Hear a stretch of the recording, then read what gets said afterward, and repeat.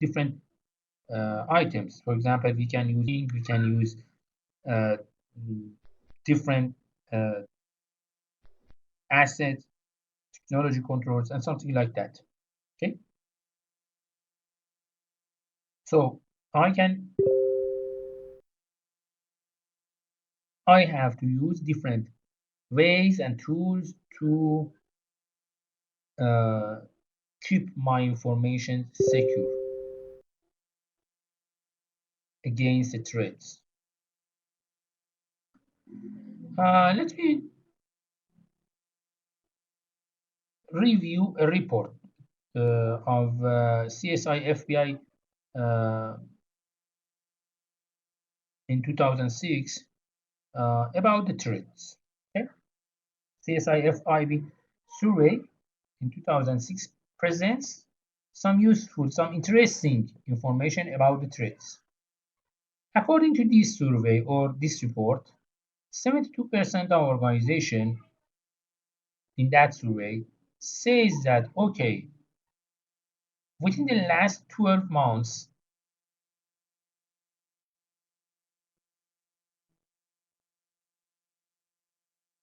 they found some cybersecurity breaches. 72% of organization. Okay, for example, if they investigate 100 organization, it means that 72 of those organization uh, reports security breaches, or security issues in that year, and 70 and 52 percent of the organization says that during that year they identified that some people use their computers without any permission. They identified unauthorized computer use. Unauthorized means that a person who's not responsible, who is not authorized access to the data. It's a security breach.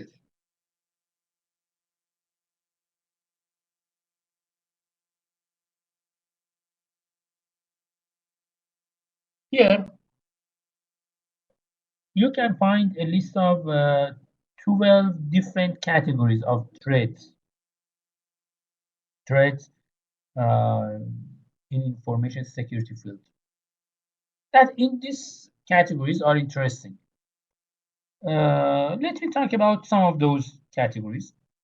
The first category is human error or failure. Interesting. Human error or failure. It means that an employee make a mistake, or maybe an accident happens, and this means mistake or this accident would affect on my information system. For example, someone else comes and suddenly, by mistake, uh,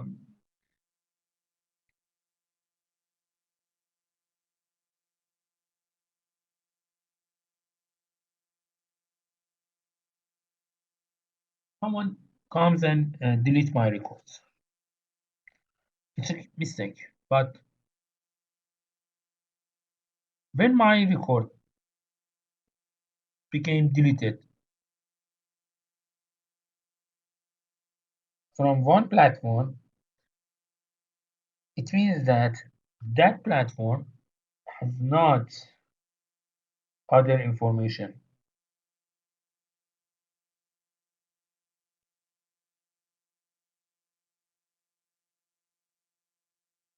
They cannot repeat or work with those information. And my employee just make a mistake, nothing else. Just it was a mistake. It was an accident. Okay. When we talk about intellectual property, we talk about uh, trespass, we talk about information uh,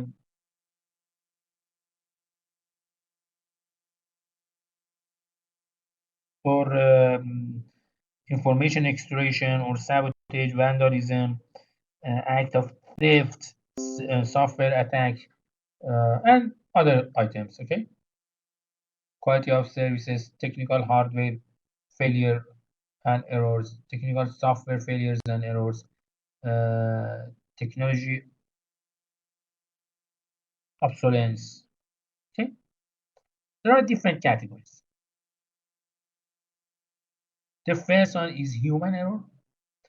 Let me talk about the eighth one. Number eight is another interesting category. Force of nature. Force of nature, such as fire, such as flood, such as earthquake, such as lightning. When, for example, an earthquake happens, it can destroy the buildings. It can disrupt my business, my organization's business. Okay, and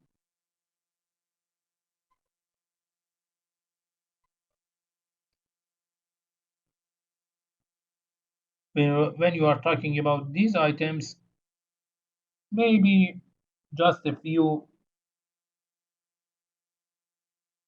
organization could understand the effect of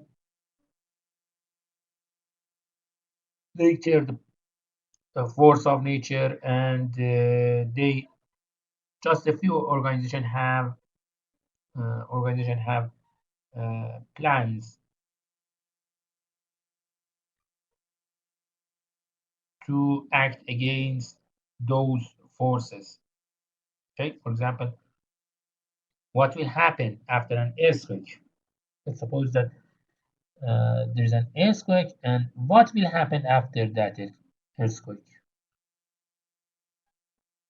Or you had the last one, technology absolute. Absolute. It means that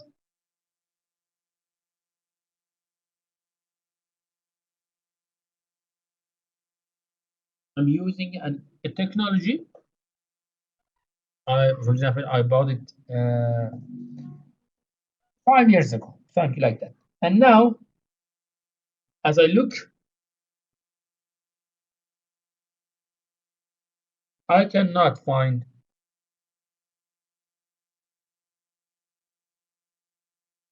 some goods or tools based on that technology.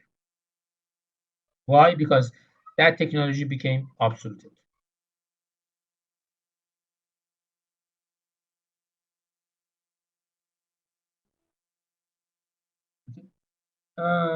Here, software attacks, theft. Maybe a robber comes into the organization and theft some tools, some materials, some information.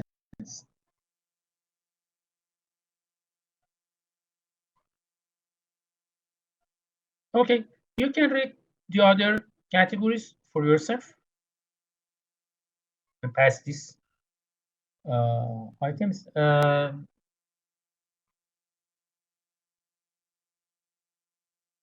Okay, there are some slides about those categories. The first category was human error or failures. As I talked, maybe a human make made an error, or maybe the act of human failed. Maybe. Okay, it depends. For example, sometimes maybe I'm not a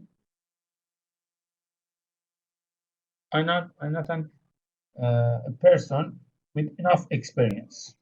So I made a mistake just because of lack of experience. Okay, Maybe the training, the process of training has some bugs.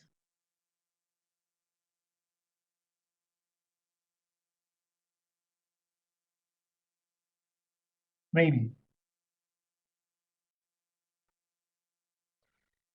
Maybe my assumptions are not correct.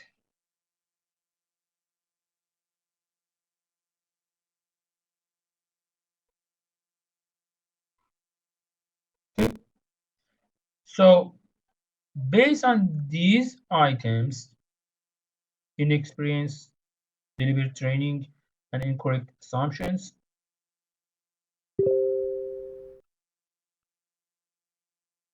based on these items, you can see that sometimes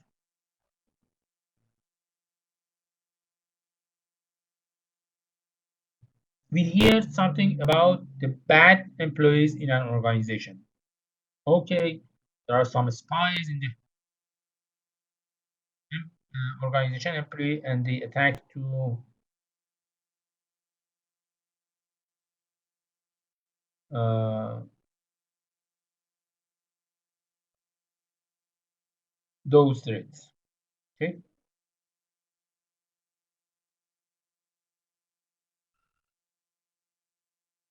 and right because of this, we say that employees are among the greatest threats to an organization data.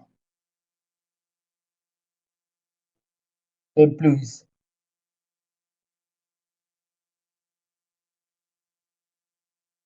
What does it mean? It means that if I had the best security issues and all around the world, okay, I'm using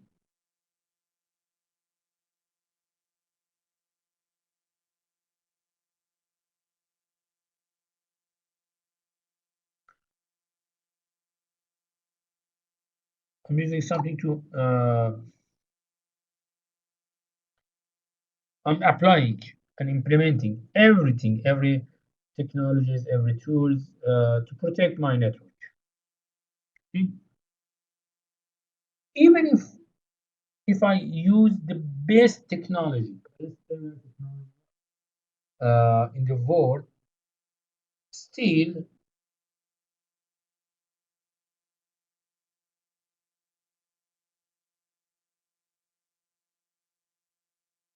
still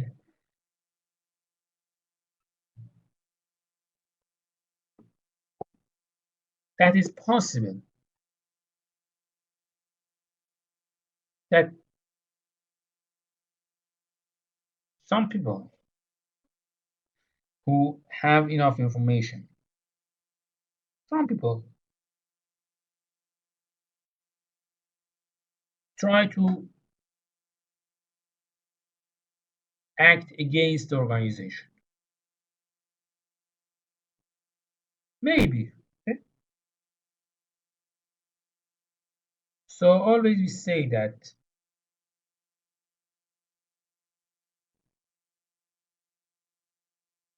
employees are among the greatest threats.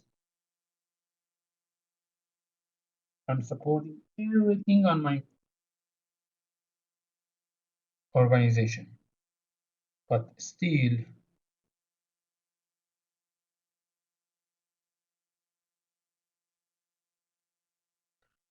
um, maybe those employees uh, could react against the organization. Okay, but so they are very important. Uh,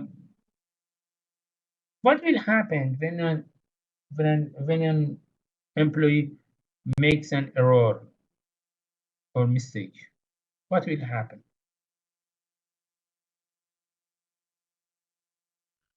Those mistakes or errors can reveal the classified data. They can enter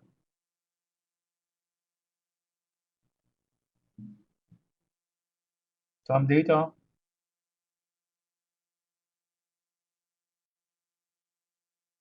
with errors.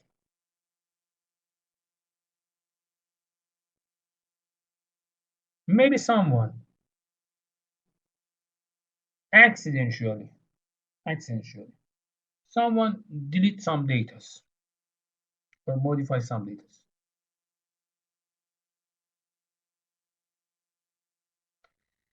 Maybe someone put the data storage in an unprotected area. Maybe someone that says that, okay,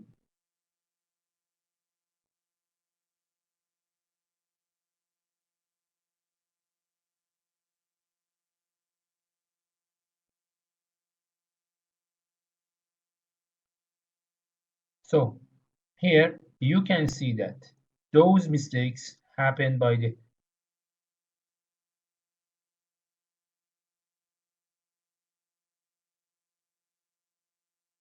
human can have great effects. Okay, for example, something like this. This rubber can use this window here, this open window, and he can enter into this building on maybe someone use computer to attack the others, maybe someone else have a, um,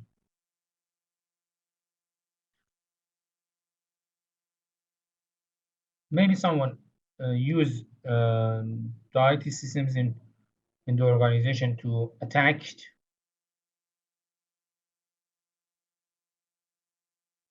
Okay, so someone make can make as an amateur hacker, or someone can act like a professional hacker. Or maybe this guy here, this woman, maybe by an accident he deleted some information.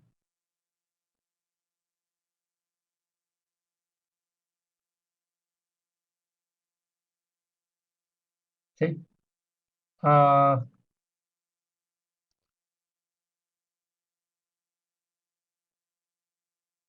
okay. Let me take a break for 15 minutes. Currently is 4:10, 4 o'clock and 10 minutes. Uh, we will be back. We will continue the course on 4:25. Okay. We have a break for 15 minutes. I will pause the record and I will continue the course after that, after the break. Okay. I don't talk about on this time, on this 15 minutes. After the break, I will answer your question. So goodbye for 15 minutes.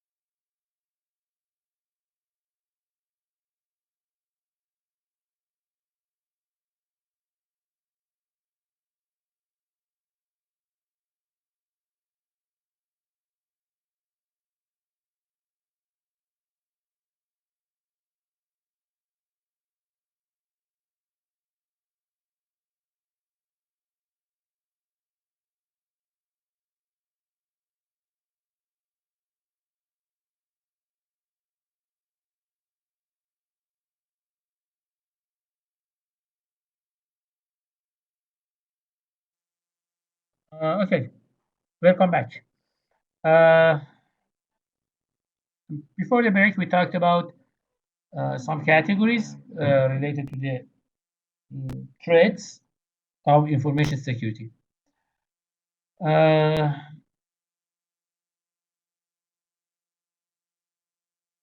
One another category in this area is compromising the intellectual property.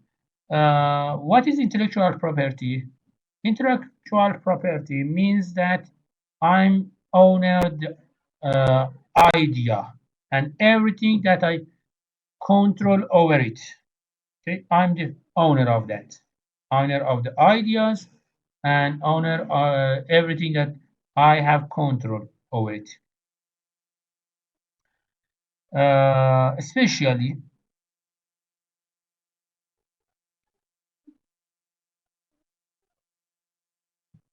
or a special focus on is on the idea, those ideas in my mind, or my products. If I mm, produce something new with some new technologies, according to the intellectual property, uh,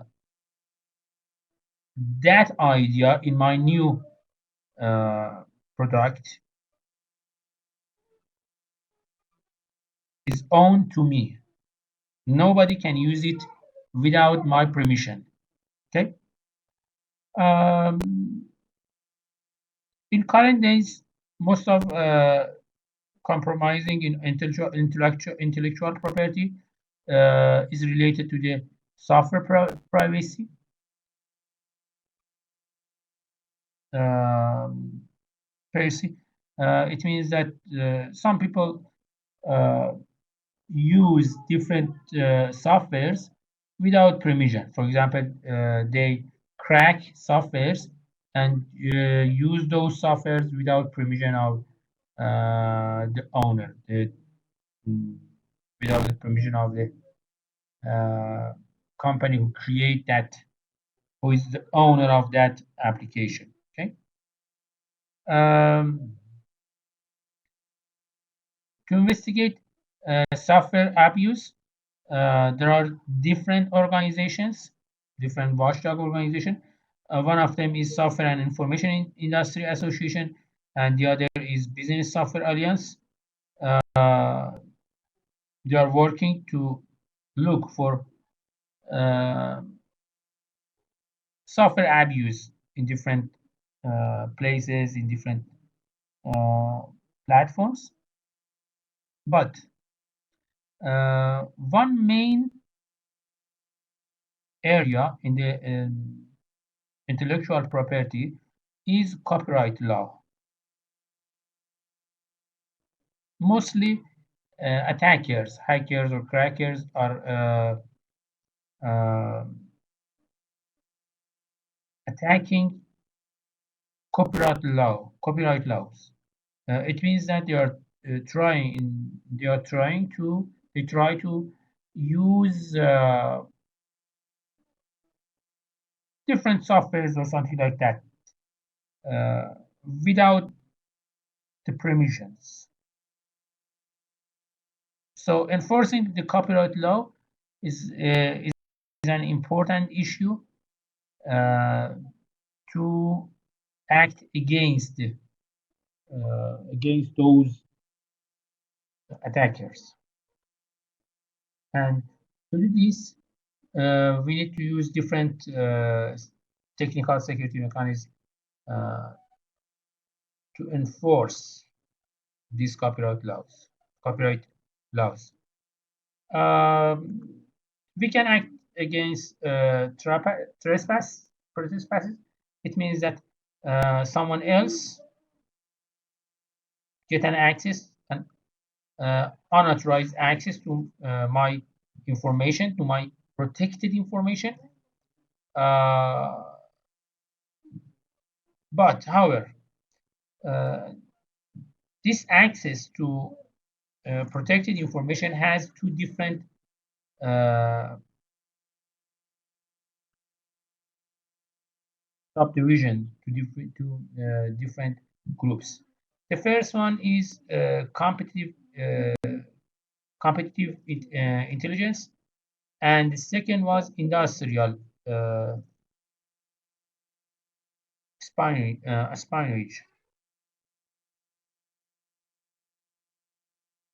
When intelligence services or intelligence services get access to protected information,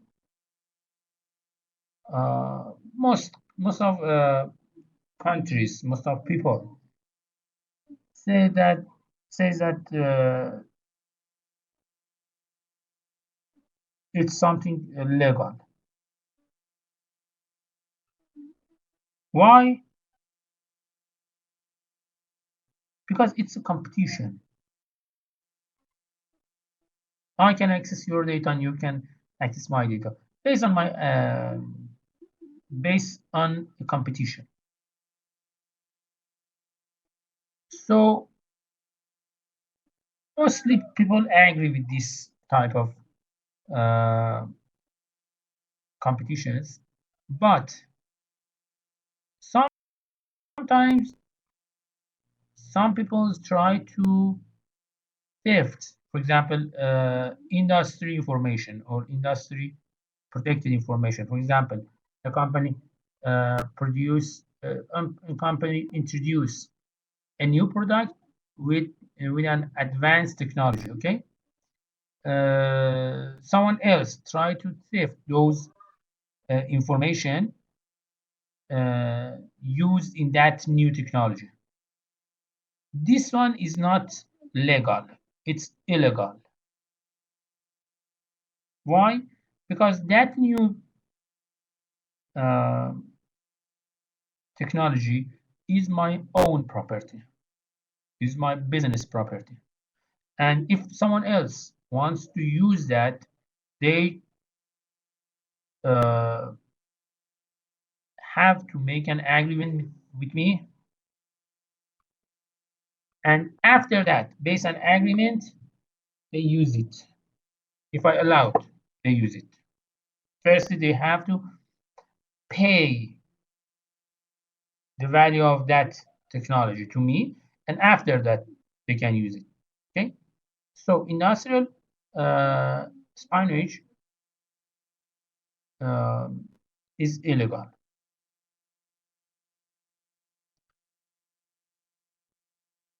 There are several other ways to access to the protected information. For example, maybe someone use shoulder suffering uh, to access to the confidential information of another person. For example, uh, I'm standing, I can stand back uh, and look on the monitor of another guy who is trying to enter his or her username and password. Okay, we call it shoulder suffering. And for example, when someone enters his credit card into the ATM to get money, you know that each credit card has a 4-digit passcode. Okay, so I can use shoulder suffering, standing back and looking on the keyboard. Okay, this guy enters, for example, 1234 as its passcode. And after that, if I theft that credit card, I can use it because I know the passcode of that card. I find it according to the shoulder suffering.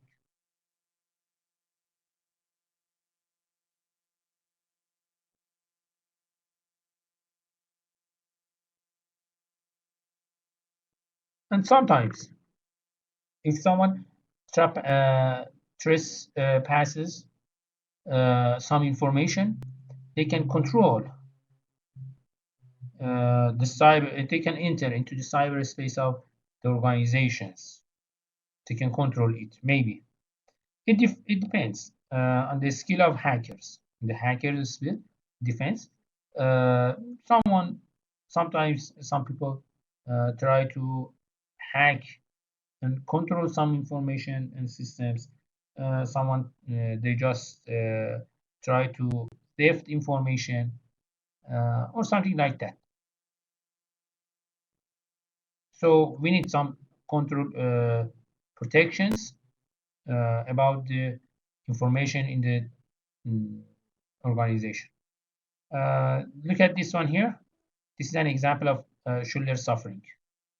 This one wants to this person uses this ATM, and someone else stay back and look on that ATM. Look on the keyboard here to find the passcode. Or this is another type of shoulder suffering here, watching from the other side of window. Okay, or maybe someone uses, for example, IP camera or something like that. There are different types of shoulder sufferings methods.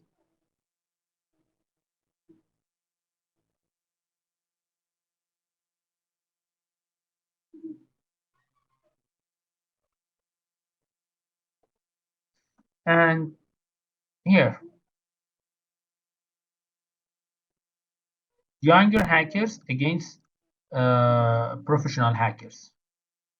Younger hackers mostly use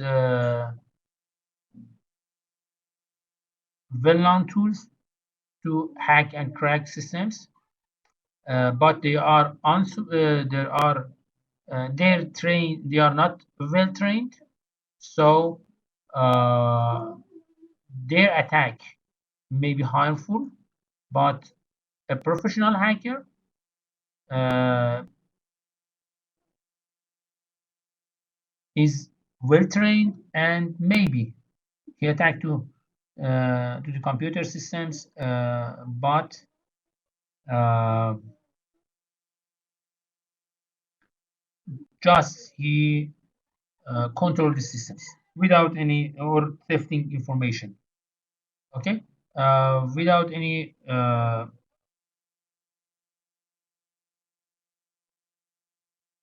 reaction, without any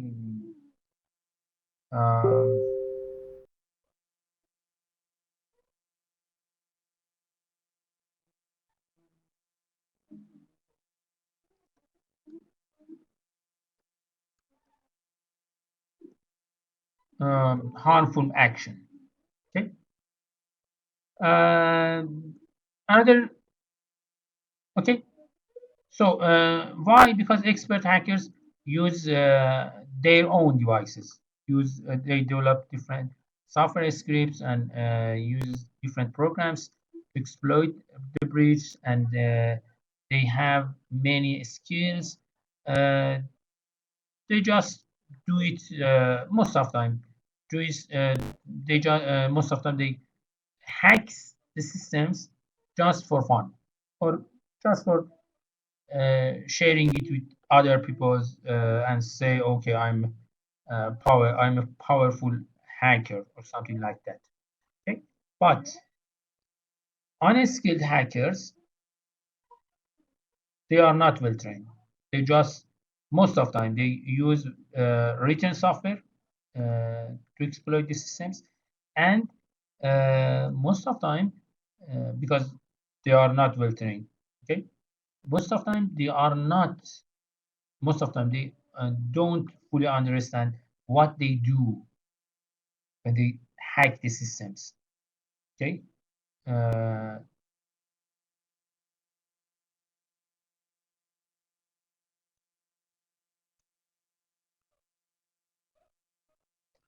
so we should be afraid from those unskilled or young hackers because they don't know what they do. They don't exactly know what they do. Okay. Uh,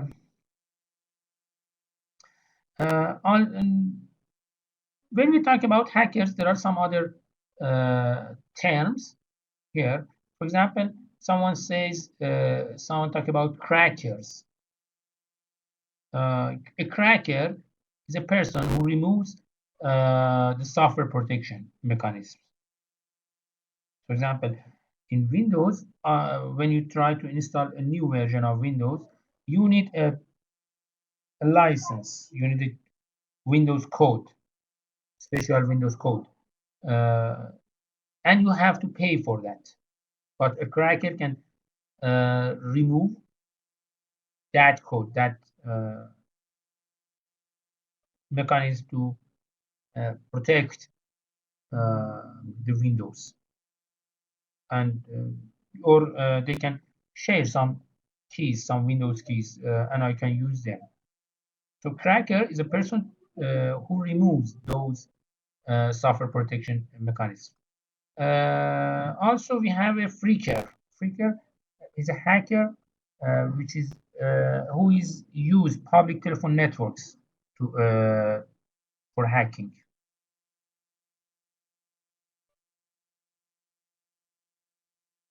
Wait a minute, please.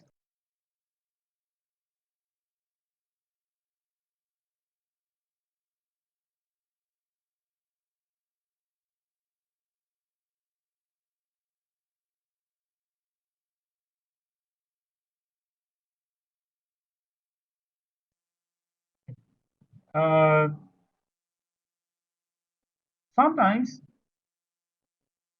people to try to extraction the information. It means that attackers steal the information in computer systems. A hacker or a cracker, a hacker uh, attack to a computer, get its control, and then they steal the information. And after that, they say, okay, you must pay money to me, otherwise I will disclose it. I will disclose this information. Okay, you have to pay money. Uh, um, this type of attacks mostly is because of money, to get money. Uh, it's a type of we called it in Farsi. We call it bajafzar in Farsi, or in English, we call it ransomware. Ransomware is something like this: stealing information. Mostly, they encrypt the information over in the hardware and say, okay, you have 24 hours time to pay, for example, 1 Bitcoin uh, to this address. Otherwise, I will delete everything. Or otherwise, I will delete the key of that uh, encrypted information. So you have to pay money, or otherwise you will lose everything. Uh, Mostly, this type of attack is happened over credit card number and something like that. Uh, the other type of threat is sabotage or vandalism. An attacker attacks to the website of organization. You know that the website of an organization is the face of that organization.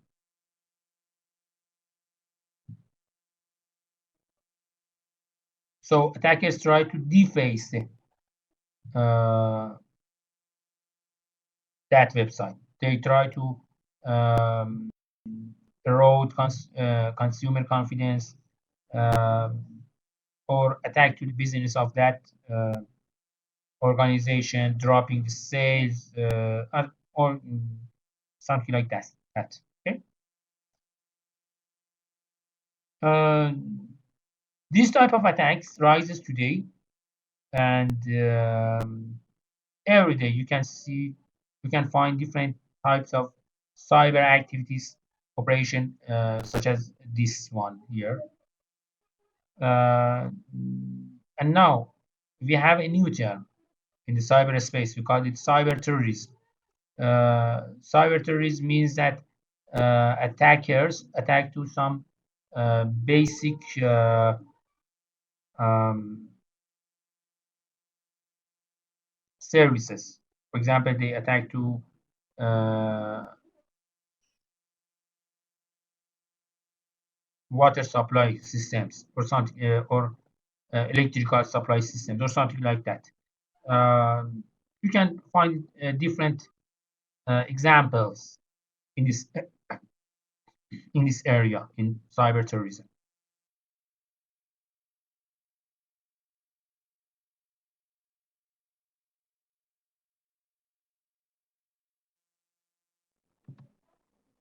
Um, this is an example, a website example who wants to fill information about those cyber activities, to record those cyber activities. Okay. Theft is another threat in information security. Theft means that someone uh, illegally, someone take the physical control of our property, or physical or electronic or intellectual property, or everything. Okay, someone taking that property from me. It's a theft. Mostly we talked about physical theft. Someone steal, for example, my car. It's a theft. In information security, someone theft my license. Someone steal my theft my intellectual property. When we talk about physical theft, it's easy to control in physical theft or physical steal. Okay, it's easy to control. For example, I can use a key to lock the doors. It's the easiest way to ban a robber. But when we talk about electronic formats,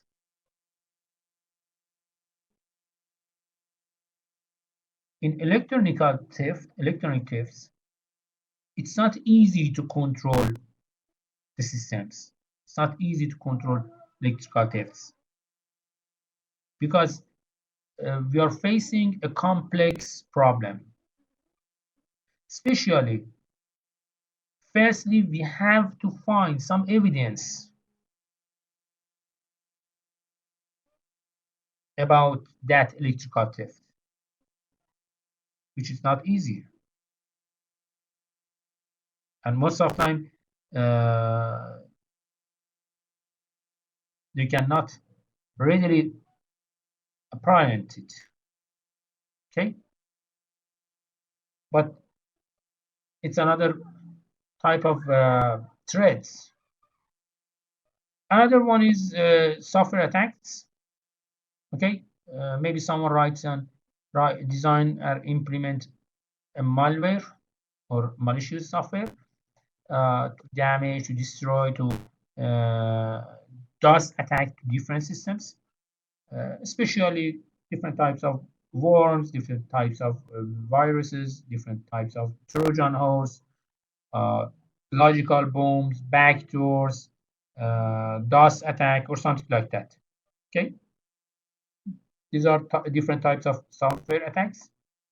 Uh, Something like this. This is an example of Trojan horse attack.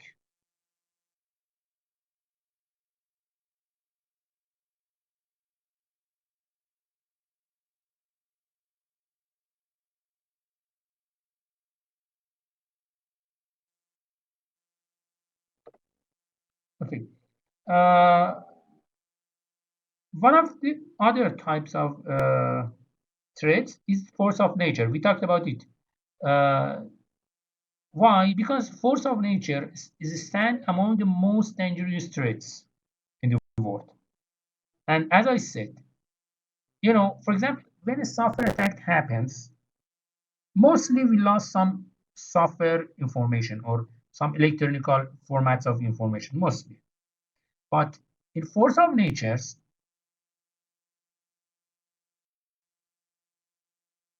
maybe we lost some systems, some informations, but also maybe we lost some individual lives.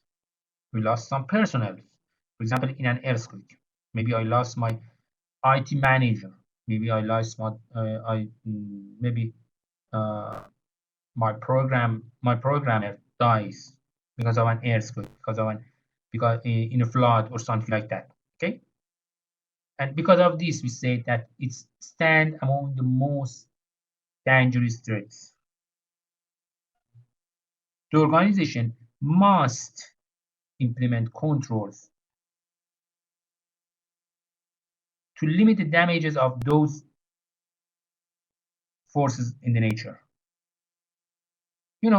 I cannot control, for example, a flood. I cannot control an earthquake. But I can implement some controls to limit the damages of an earthquake. I can use some controls to limit the damages of a flood, of a fire. Okay?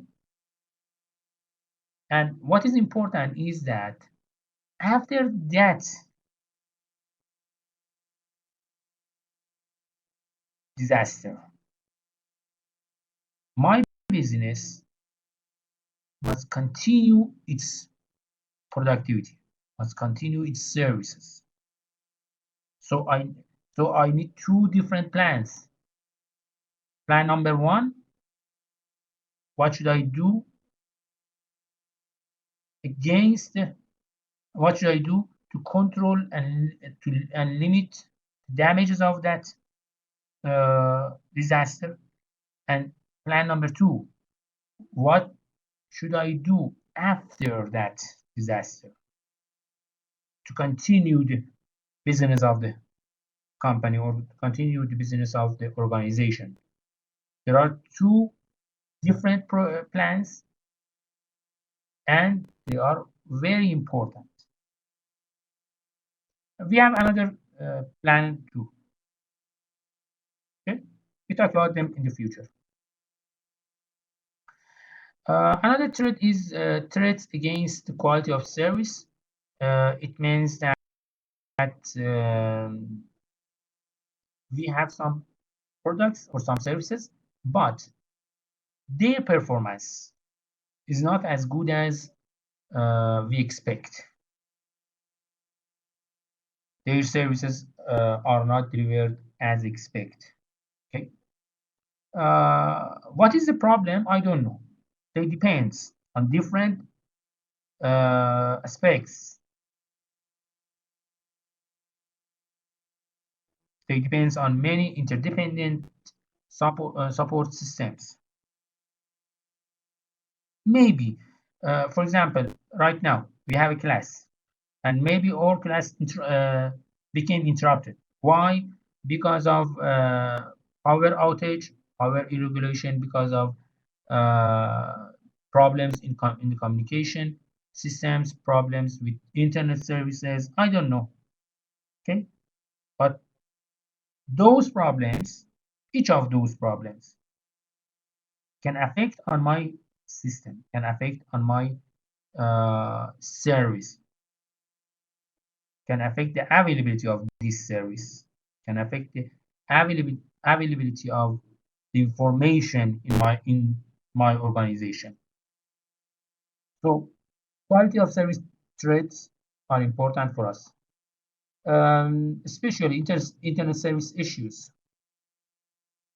What will happen if an ISP fails to provide desired services? An ISP fails uh, to provide uh,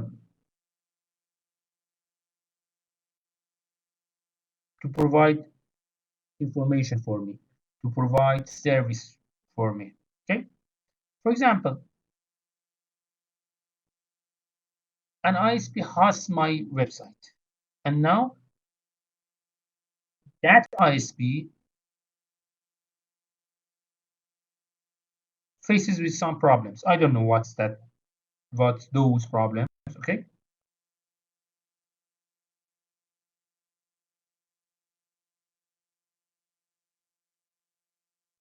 But I know that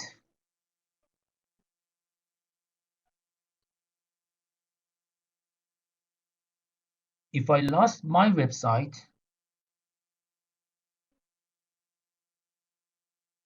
I lost my business. I lost some parts of my business. I lost some customers in my business.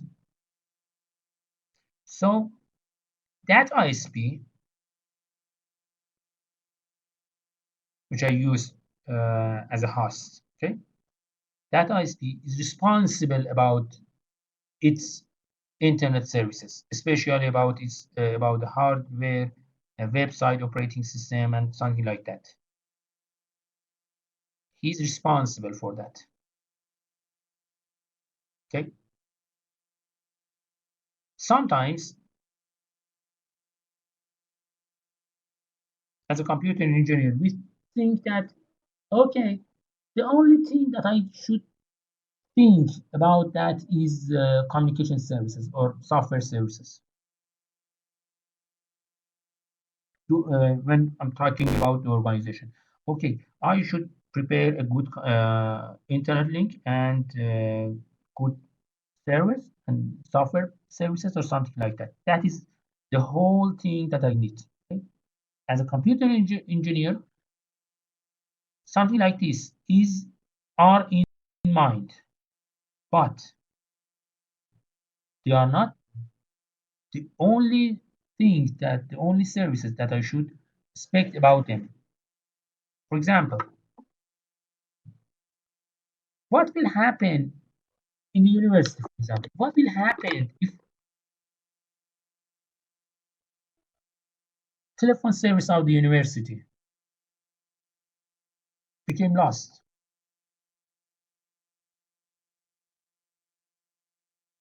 Okay, stopped. What about the water? What about the wastewater? What about trash pickup? What will happen if these services stop to work, stop to get me services? For example, can a university works without water? I never think so. What about the power, electrical power? What about the telephone? Maybe mm, we could work without telephone. Okay, we can use, for example, uh, internet platforms instead of telephone. Maybe, but I cannot replace water service with something else. I cannot forget the trash pickup. I need these services.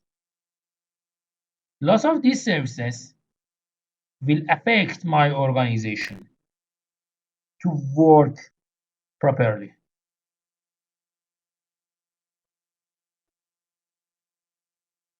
They affect the ability of my organization to work, to function correctly. So when we think about information security,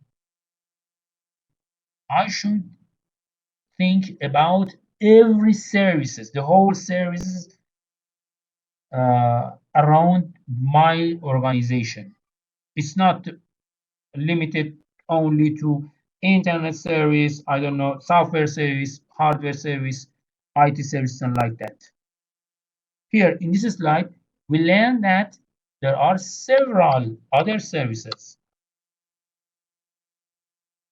that if they stopped, they can affect the ability of my organization to work correctly. So I should be care about them. For example, what about power irregulation? It's very common. And we know that in power excess, power shortage, power loss, uh, most of organizations, especially universities, training centers, most of companies, they will lose their productivity. And organization must prepare some inadequate uh, conditions about the power. Okay, they should prepare some different control strategies to manage their power quality. Okay, they need it. For example, when we try to design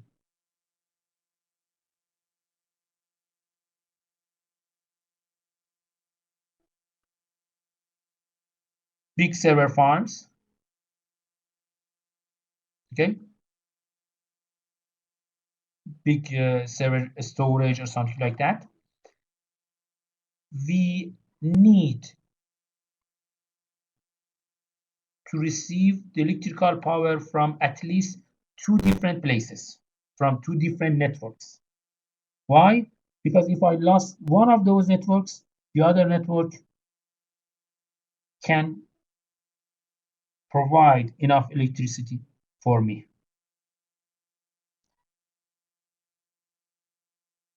It's one of the key elements for me to design big server farms.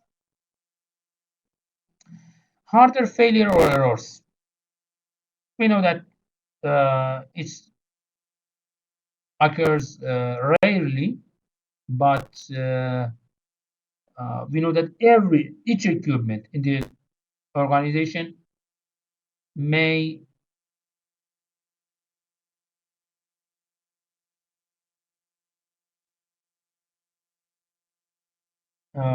face with it. Those hardware failures may impact my organization, especially sometimes uh, some there are some elements in my organization, especially such as a core switch. If they fails or if they face it with a hardware failure,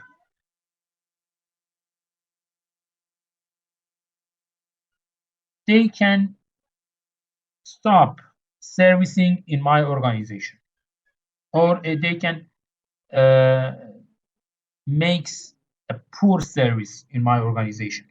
Okay, so it depends. Those hardware failures or errors may strongly affect on my services. Maybe some failures, for example, in some terminals, maybe they have limited effects on my service. It depends. But we know that those hardware failures and errors would affect on my service. Some of them are more important than the others. But finally, they affect on my service in the organization. Uh, in the same manner, we talked about software failures or errors.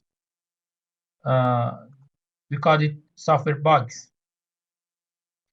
Those software bugs may reveal some new faults and hacker can use those, can exploit those faults and bugs to take the control of my systems. For example, especially when we talk about websites, we need to document those bugs when we face with this type of um, failures. We have to document those bugs, software failures, and even hardware failures, okay, and errors. And the last one, the last threat category of threat is technology obsolescence. It means that I'm using an infrastructure, tools, a software, but the technology or the sections or the divisions used in that tool is outdated. So that's unreliable, an untruth war system. Why? Because if it faces with an error, I cannot find supports for that system to replace, for example, a section of uh, making those failure fixed. Okay, so as an IT manager or as a people who works in IT department, we have to plan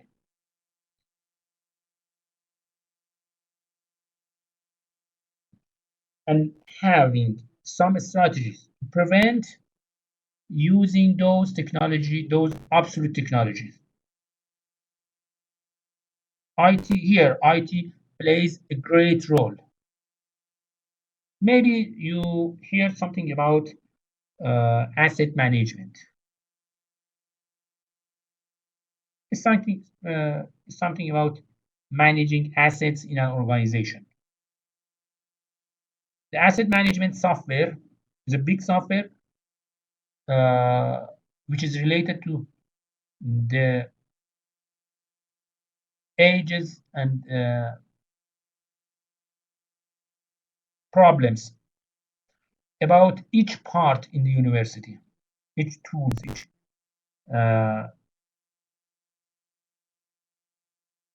material, hardware, software, everything.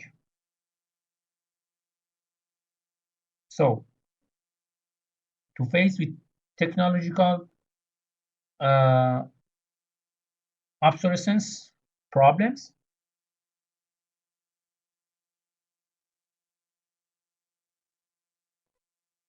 the IT department plays a great role.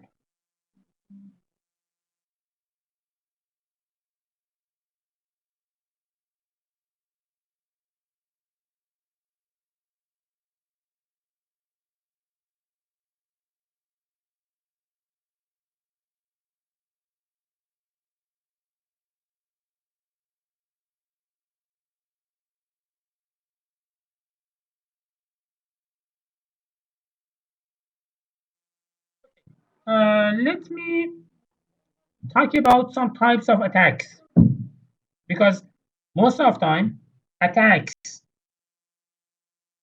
are stand among the most dangerous threats in software systems, in IT systems.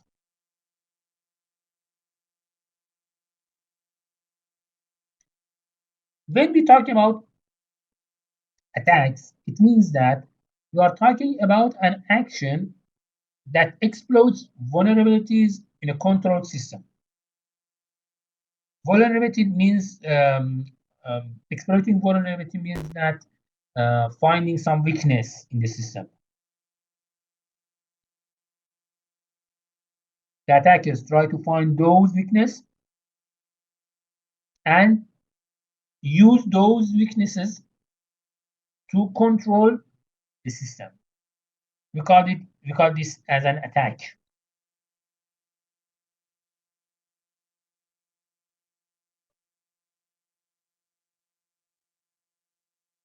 This attack may be harmful. Why?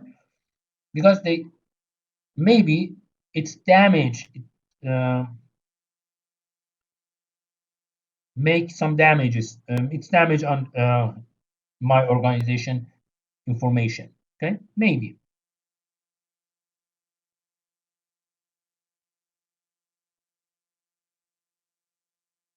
here you can find some of different attacks. For example, IP scan, web browsing attacks, viruses, unprotected shares, mass mails, um, treating SNMP protocol or something like that. When we talk about attacks, there are different types of attacks. Let me talk about some of them. For example, some of attacks are happening because of malicious codes, such as virus, worm, Trojan horse, web scripts, or something like that. The attacker use those uh, codes to destroy, for example, my information, to get access to my system, to steal my information. Okay, malicious codes are stand among the most dangerous attacks. Quacks. Quacks means that um, I'm adding a fake virus to a real virus.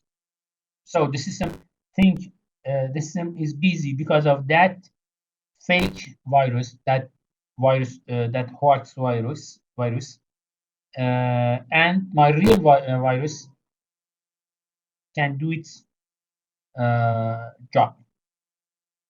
Okay. Another attack is using backdoor. Most of the time, softwares have a backdoor. Most of the times. Why? Because uh,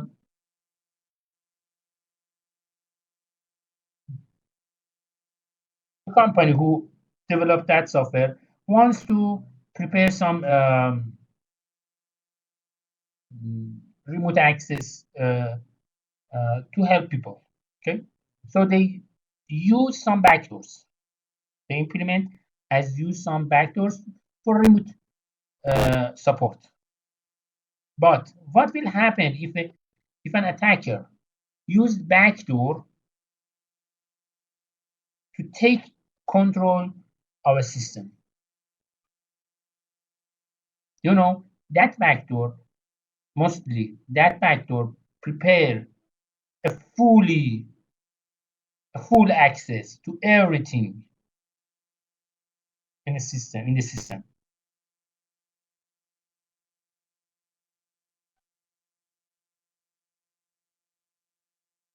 Password crack. It's clear. Someone attempt to um, find the password, find my password, reverse calculating, and find the password. Okay, brute force attack. Someone uh, try to the whole possible combinations of the password to crack that to find my password. Mm, the brute force attack always can respond, okay, but it needs time. Most of the time, it is too many times. Maybe uh, months, maybe years, maybe decades, maybe centuries. I don't know, but I know that finally it can find the password. Okay, uh, and because of this limitation, a good attacker firstly use dictionary attacks. Dictionary attacks is a kind of attack that in that the attacker firstly try to uh, use some well-known passwords. For example, uh, 123, 123, 4, 5, 6, 7, 8, 9, 1, 2, 3, 4, 5, 6, 7, 8, 9, 0. or 0, 1, 2, 3, 4, 5, 6, 7, 8, 9. 1, 2, 3, 4, 5, 6. Most of uh,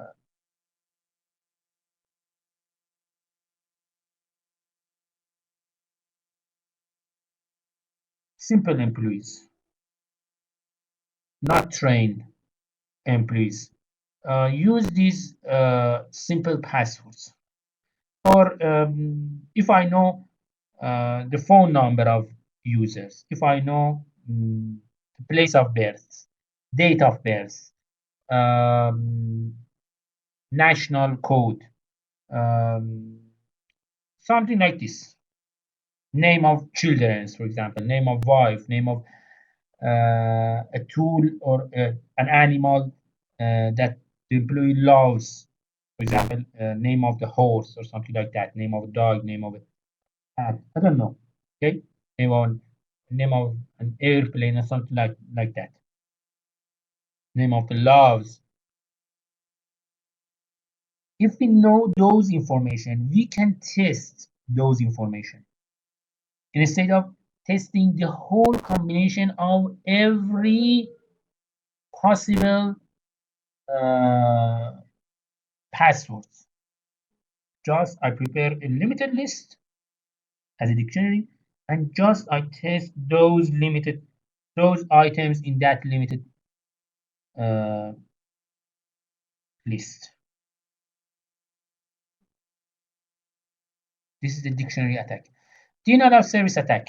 In this attack, uh, you know that in this attack, the attacker sends large number of packets and information requests to the server, to the target, and the target would be overflow, and because of that, it couldn't respond to the uh, request. So it crashes or it couldn't uh, perform ordinary. It couldn't perform well, um, same as the previous. Okay. Uh,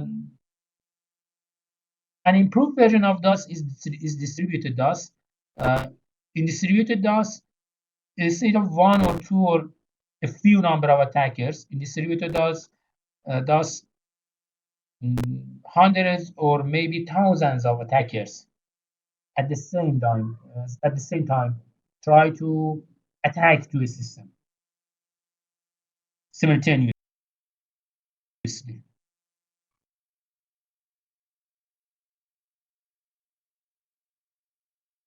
You are starting to attack at the same time, right at the same time. And one type of distributed attack is successful forever. Always, this type of attack is successful, and um, the target system would crash. It depends. It depends on the number of attackers. If you manage a DDoS attack with more than, for example, uh, thousands of computers, thousands of attackers, I can promise you that your attack would be success.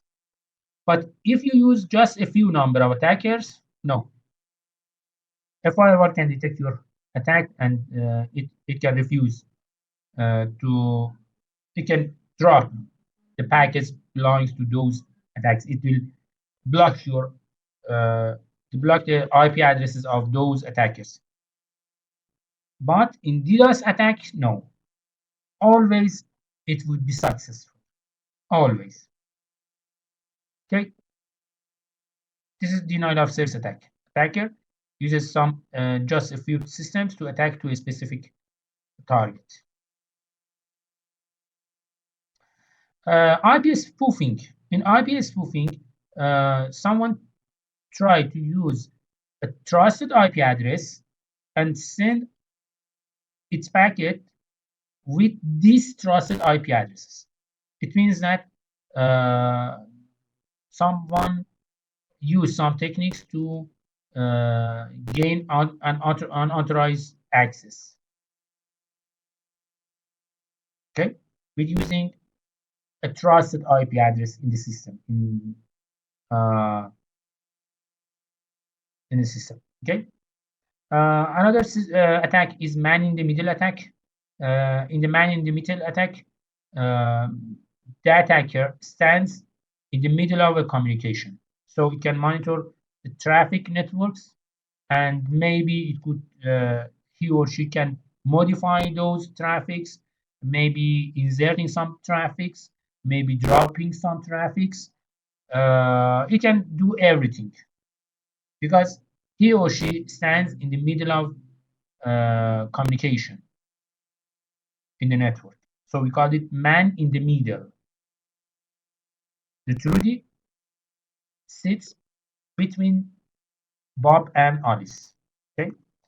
Spam. An unsolicited commercial email. Most of times, we talk about we call it as an attack, but most of times it's because it's sent for commercial purpose. But spam emails can prepare some platforms for another attacks.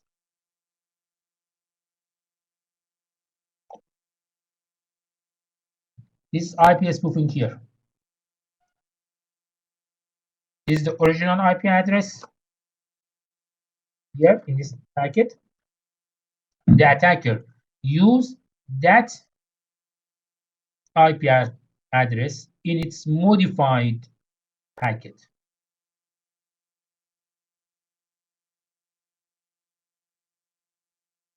This is man in the middle, Bob and Alice, and Trudy here. Trudy sits between Bob and Alice.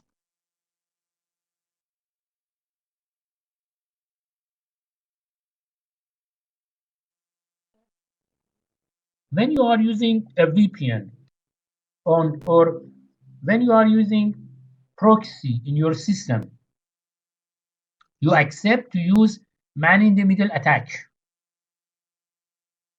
That is interesting. When you set a proxy in your computer, you accept that man in the middle attack. Why? Because this proxy can hear everything, the whole traffic, can manage the whole traffic between you and the other side. So VPN and proxy are two types of legal man in the middle attack. That is interesting. Mail bombing. It's such as it's similar to DOS attack, but in this attack we use emails instead of packets. Sniffers. Sniffers means a tool, a program, or a device to monitor packets who are traveled across the network, over the network, such as Wireshark. We used Wireshark sniffer last term in advanced computer network course. It monitors those travel data over the network. Okay, and as we talk about Wireshark, and a sniffer can be used for legal purpose or for illegal purpose, for stealing information from the network, over the network. Okay. Social engineering. It's an interesting type of attack. In social engineering, people try to cheat each other. The attacker tries to cheat people to reveal his or her confidential information. For example, the attacker calls someone, okay, I'm from ISPX, your internet line has some problems, please give me your username and password in your internet line for checking. Okay? It's social engineering attack. I said I'm a professional in ISPX. So you think I'm right. So most of the time people say and think I'm right and they gives me the requested information. They gives me their username and password of the internet. Oh, I check it. Maybe it's. I think it's correct. I should search for something else. Oh, I'm sorry to bother you. I'm sorry. Goodbye. Goodbye. Bye bye. That's enough. That's everything. I get the confidential information of the other side just using a phone call, nothing else. Using social engineering, we can access to different types of confidential or valuable information. So it's very important for us to plan for some awareness programs for the employee. Okay, if someone says that I'm, for example, from the university, give me your student number and your passcode over Golestan. You must not reveal your information. Nobody must request for those information. Nobody. So don't reveal those information. It needs some awareness programs for this. Okay, we will talk about all of this in the future. Okay, um, and look at this one. Kevin Mitnick said said this. People are the weakest link. People are the weakest link. You can have the best technology, firewalls, intrusion detection systems, biometric devices, and so on. And somebody can call an unsuspected employee. That's all. That's all. She wrote. Just an unsuspected employee. They get everything. They got everything.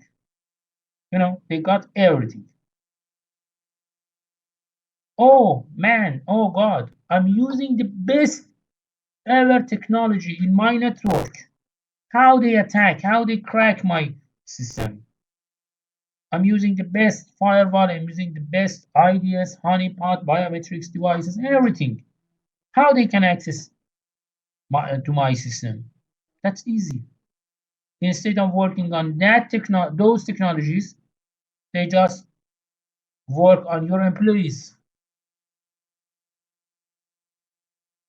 You can find different types of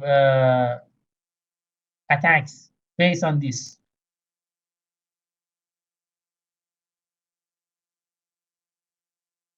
You know, just read the history. For example, in Iraq,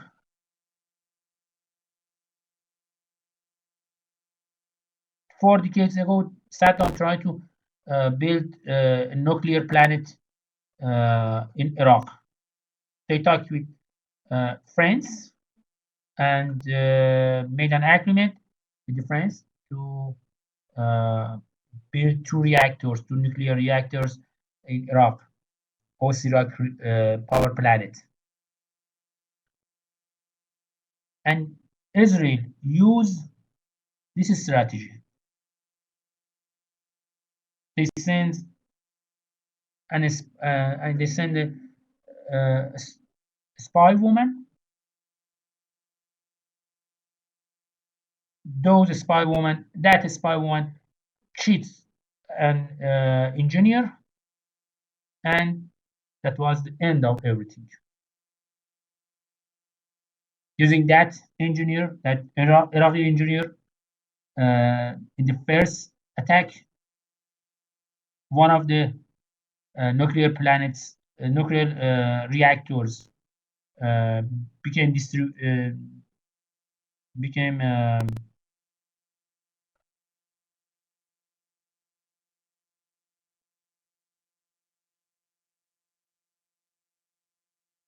destroyed in the France. The next one repaired, and Israel bombed it in Iraq.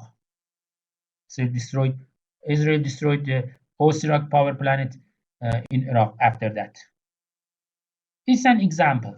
You can find several other examples uh, in this way. So it doesn't never mind that you are using the best technology. Someone can access to your network just by working on your employees. Even in Iran, during the last years, the Israel attacks and or steal information related to the nuclear program of Iran. Several times attacks to nuclear program in Iran, just using the Iranian employees. So technology is good. Technology is good. We have to use the best technology, but it's not enough. Why? Because people are the weakest link. People are the weakest link.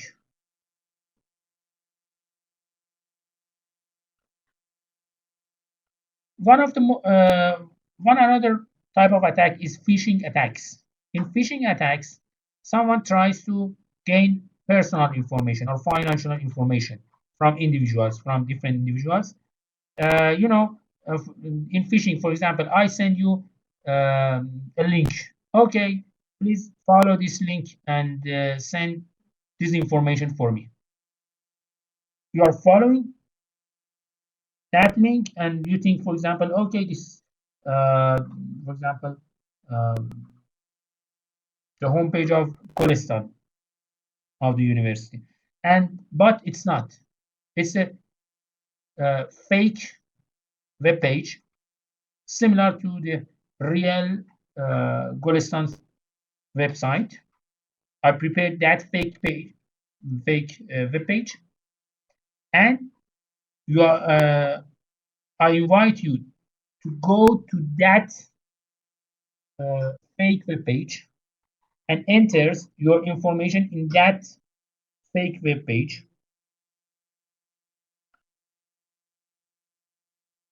When you enter your information, I will steal your information, your username and password. That's easy. Just I need to create that fake web page, nothing else. And after stealing your information, I can redirect your request to the real web page. So you think something were wrong in the in the real Golistan website. Okay, you think so, but in reality, I steal your information. I rob your information. That's easy, and it's a powerful attack to find those information, different information. Farming attacks means that we can redirect the legitimate web traffics uh, to obtain private information. Timing attacks, it's a relatively new one. You are trying to uh, explore the web browser's cache using malicious cookies to find good information in your uh, web browser cache, the cache of your web browser. You know that if when you visit a website, that website can put a cookie in your system, in the cache of your browser. So in timing bomb, the attackers try to review those cookies uh, to find useful information from their point of view. Okay. What can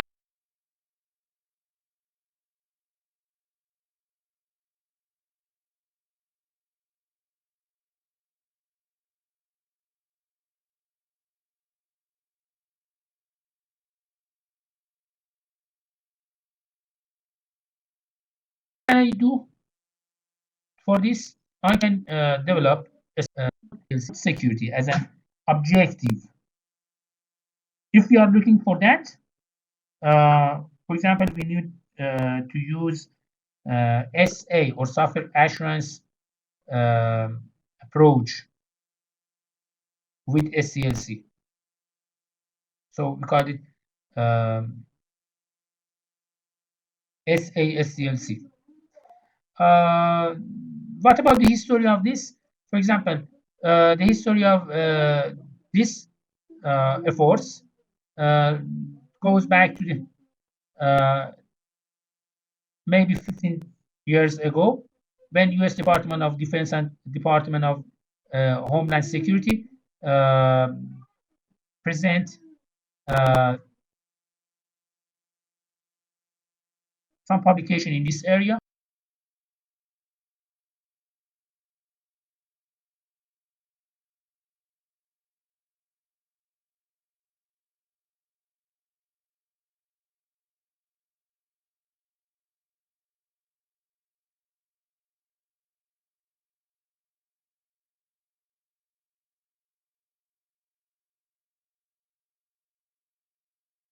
Unix story uh, to prepare a secure platform.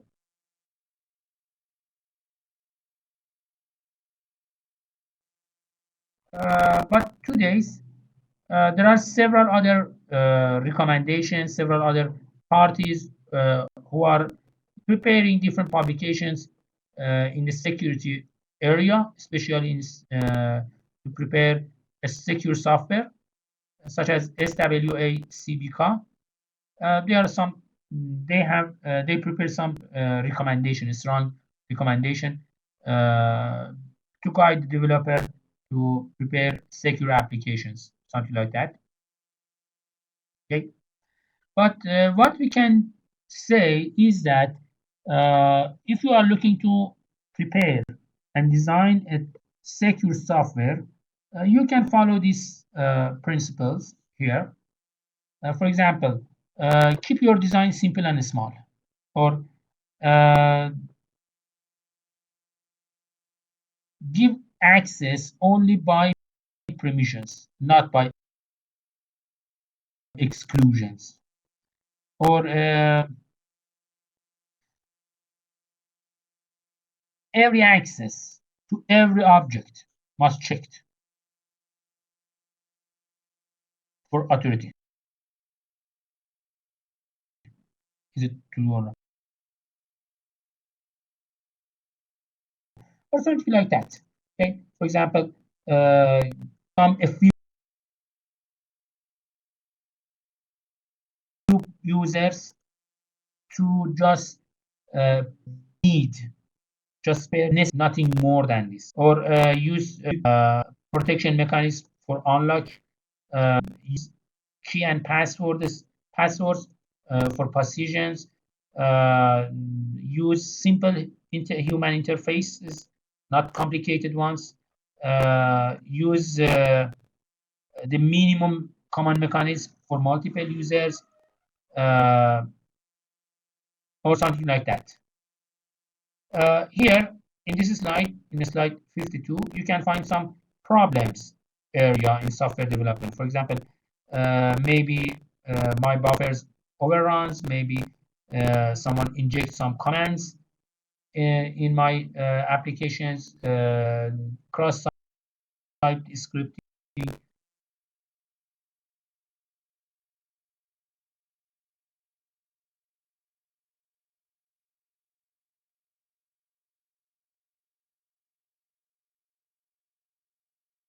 uh,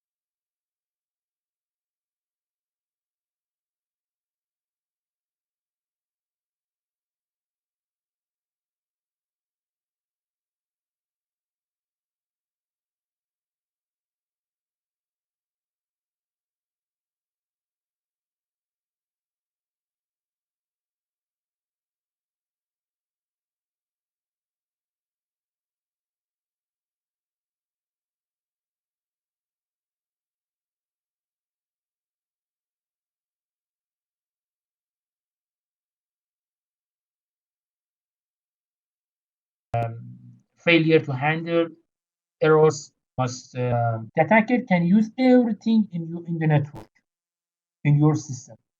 So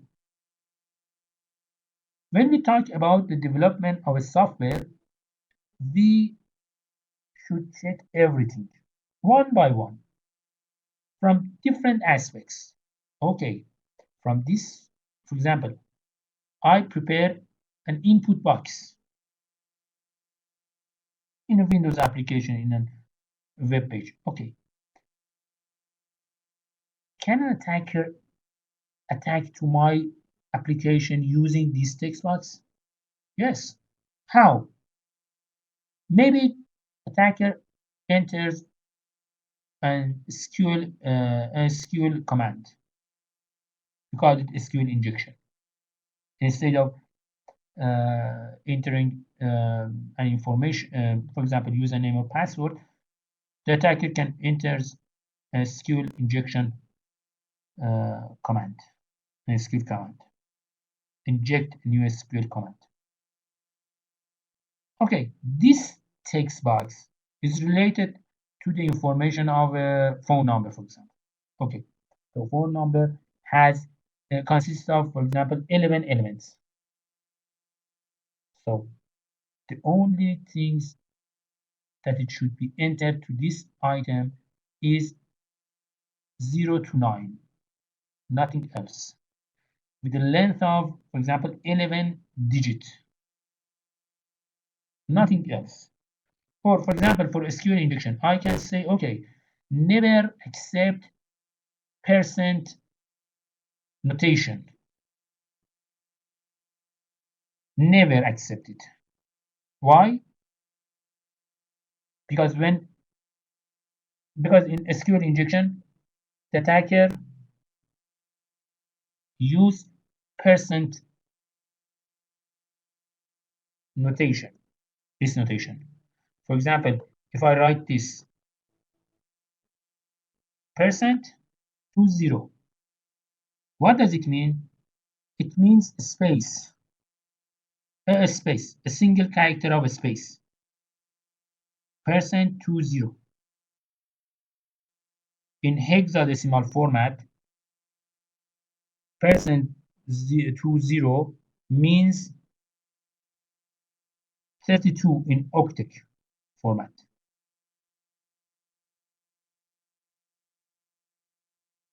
If you look on the ASCII table, you can find that 32 is related to the space. Is related to the space. So percent to 0 means space. So I say, okay, if in this box you cannot enter every character. Your enter character, for example, want to enter, I ask to enter names and family. So the only accepted characters are the alphabetic characters, nothing else, even no digit.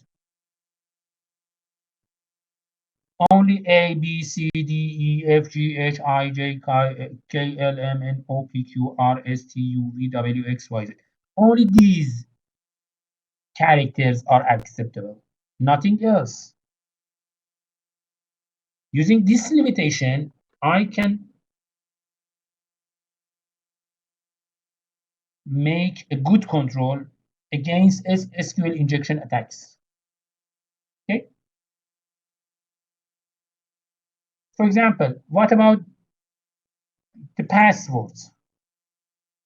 You know, if you have a Gmail, if you have a Google account, you can say that when you enter your password, it says that okay, your password is weak, your password is good, your password is strong. Google never accept weak passwords.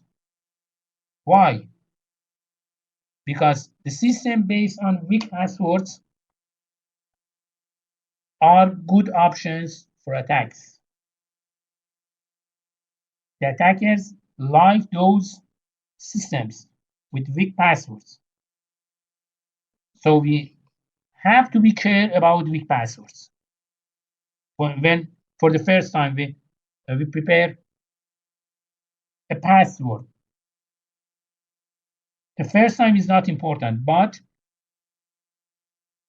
for the first time that the user enters into the system, we should ask the user, okay, change your password. And at that time, we can say, okay, your password is not strong. Use a password with combinations of, for example, digits, letters, and different notations, different sign notations with minimum length of 8 characters or something like that. We force the user to change his password, uh, to a stronger one. Or we can ask the user, okay, every 15 days you have to change your password.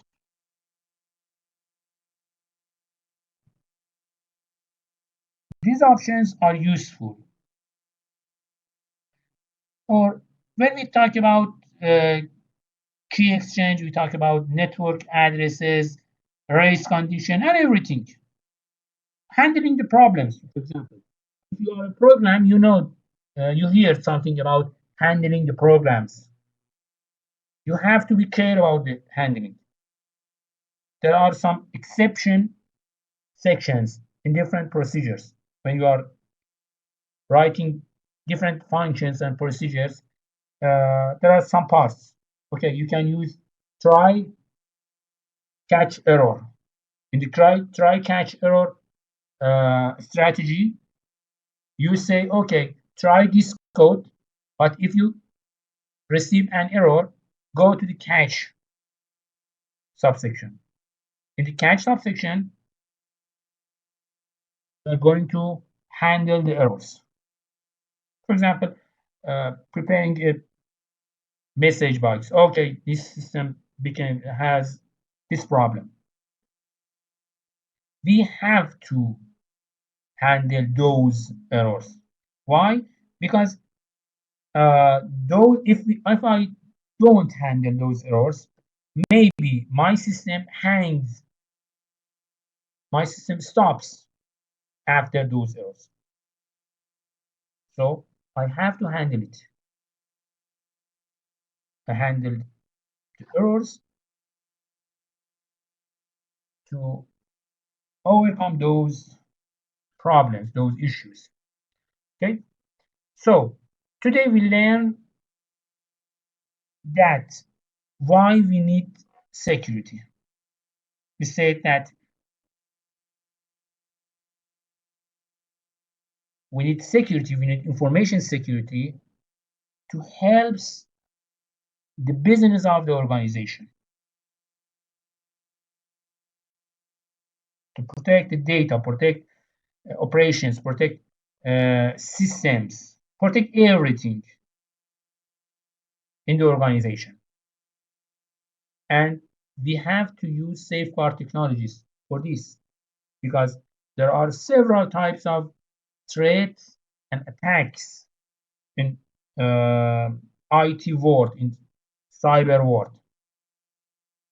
So we need cyber defender systems and cyber defender strategies, rules, uh, policies, and everything, training, education, and something like that, to protect the data and services in the organization, to protect the functionality of the information. Okay, this is the last slide of this chapter. Is there any question?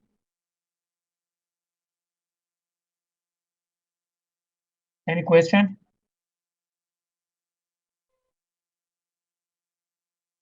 Okay, before finishing this session, next 2 weeks, next 2 weeks, next week and next other weeks, okay, are holidays in Iran because of the New Year of Iranian calendar. Next week we have the New Year. We will start the New Year of the Iranian calendar. So for 2 weeks, the universities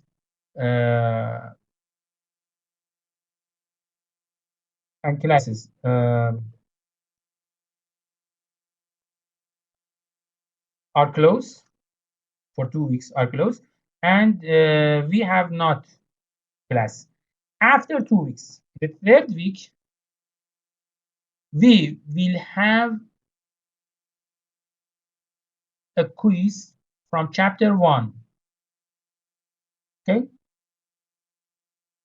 3 weeks later, we will have quiz from chapter 1. Okay. So again, for 2 weeks the university is closed. In the third week, we will start our course, and after that, in the third week and the following weeks, each week we will have a quiz from one chapter, one by one, along the term toward the end of the term. Okay. Any question?